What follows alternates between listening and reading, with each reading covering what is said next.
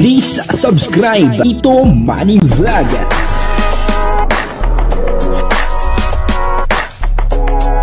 Payagan po si Tito Manny Vlog na mag-reactor para pambiling gamot sa kanya pong karamdaman. Wala masyadong records ng ng away.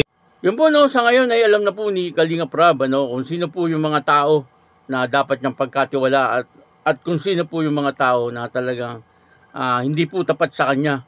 Papanoorin po natin yung video at dito ay malalaman nyo kung ano yung mga sinabi ni Kalinga Prab. Po.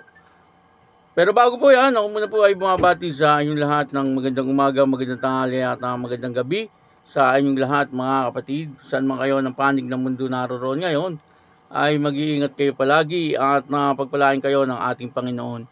Maraming salamat din po sa patuloy na tumatangkilik sa aking YouTube channel at nanonood sa aking video reaction. Patuloy lang po natin suportahan sila Kuya Bal Santos Matubang, Kalinga Prab, at Ed the Vlog, Jack Tapia at yung mga kasamahan ko pong reactor sa Kalingap. Ganun din po yung mga charity vlogger na Kalinga partner. Ito po yung video na kung saan ay alam na ni Kalinga Prab kung sino po yung mga tao na hindi niya mapagkakatiwalaan na talagang hindi po tapat sa kanya.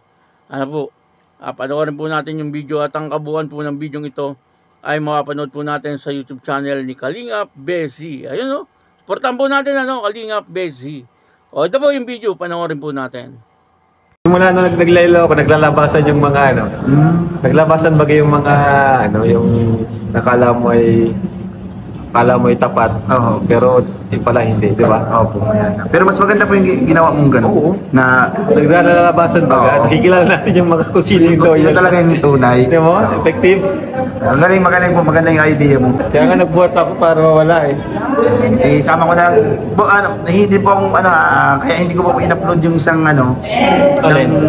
vlog ko kasi medyo nakahagip po si Krista. Kaya hindi po ako ng, din sa ibo na, kung pwede kong i-upload. Nagkakihintay sila So may kakat lang po tayo doon kasi natutukan. Bawal po kasi yun. Lagi ko naman sinasabi na bawal kaming sa beneficiary. Ayun po mga Kalingap, bali naghingi tayo ng ang tawag dito? Permiso. Permiso po kay boss. Sisingit ko na lang po ito. Boss, thank you Ingat palagi. Thank you. I miss you, bro. Thank you, Beshi. Magpapractice na kami sa sayaw. Abangan nyo yung ni Dara. Ayaw pala, sorry, naibulong ko. Ilang abangan nila? Ayaw, may abangan po kaya. Malapit na yun. Oo, 11. Oo, dapat nakapractice na tayo. Oo nga. Ayaw, si Derek na pumahala doon. Oo. Para baka man si Dara Ay, boss, pahingin lang ako ng sa aming sa Kalingap tahanan. Yung hindi na. Ang dami ko na. Advice? Pwede po. Kahit wala ako sa grupo pa, tuloy lang sa mga ginagawa. Alagaan yung mga viewers, di ba? Ay, boss, meron pala akong ito na lang. Kasi meron akong nabasa sa comment. Daw? Meron kasing nagko-comparison sa amin ni Ian ni Rain. Bakit naman? Oo. Naman yan? Kumbaga, isa naman po yan sa Kalingap tahanan. Yun lang po ang namin doon kasi no comparison po kasi po yan sila. Kumbaga isang grupo pa rin yan. Wala pong dyan. Buti na po. Hindi po yan magkalaban. Kaya nga po may Kalingap tahanan kasi habang wala ako, tuloy-tuloy yung pagtulong natin. Di ba? Kumbaga malaking tulong yung ginagawa nyo na kahit wala ako, yung mga beneficiaries natin na naiwan, tuloy-tuloy pa rin. Kaya po tama na po mga Kalingap, huwag nyo na po mag-compare kasi di kami kasi pula po kami. Meron po kami binubong Bakit yun? Nasimula pa lang comparison agad? Feeding. Magpapapiding po kami. Maganda yun. Tapos sama nyo yung mga beneficiaries doon. Pwede po, tapos kami po nila Kalingap yan. Tapos nila Rain. Isang grupo po kami na bali, nag-ano din po kami ng sa mga sponsorship. Kasi sa Kalingap tahanan, maliit lang yung channel na yan Mas malaki pa nga yung views ng ko Yung simula pa lang ako Kaya, malaking tulong din kung may mga mapa-feeding, di ba? Mapa-feeding po kami. Yan na. Bali nyo po, mayroon mo makarinig dito mga natin. Oo. Meron yan. Madami yan. Okay. Ayun po mga Kalingap, thank you po kay boss at nakasama ulit natin. Kasi ito lang boss, miss ka na talaga namin, sobra. Oo. Oo. Nabalik naman tayo sa ganung ano. Namiss namin yung rides natin. Pag sana mag-summer, bumalik yung rides natin. Inaano lang natin yung mga toxic. Pinaplansya. Pinaplat. Lilinis. Yan. Hindi naman, daming, simula nung naglaylo ako, naglalabasan yung mga ano. Naglabasan bagay yung mga ano, yung akala mo ay tapat. Oo. Pero yung pala hindi, di ba? Opo. Yan. Pero mas maganda po yung ginawa mong gano'n. Oo. Na Naglalabasan baga, Oo. nakikilala natin yung mga kusino yung kung sino loyal. talaga yung tunay. Di mo? Effective. Ang magaling po, maganda yung idea mo. And Kasi ilang years na rin naman tayong magkakasama eh. Tapos ngayon, ilang buwan pa lang akong ano, di ba? Wala pang isang buwan, nagpapahinga. basta ako boss, hindi ako bibitaw. Andito lang kami naghihintay. Hindi siyempre, lagi nakasuporta. Kung saan mo kami, kung ano ibigay mo ng project sa amin, go lang kami. Thank you, Besh. Andun lang po kami sa Kalingap Tanang. Isip kami kung paano namin. Wala akong kada. Bro, isip tayo. Ang dapat tulong-tulong para kami. good vibes. Oo, tulong-tulong mo kami.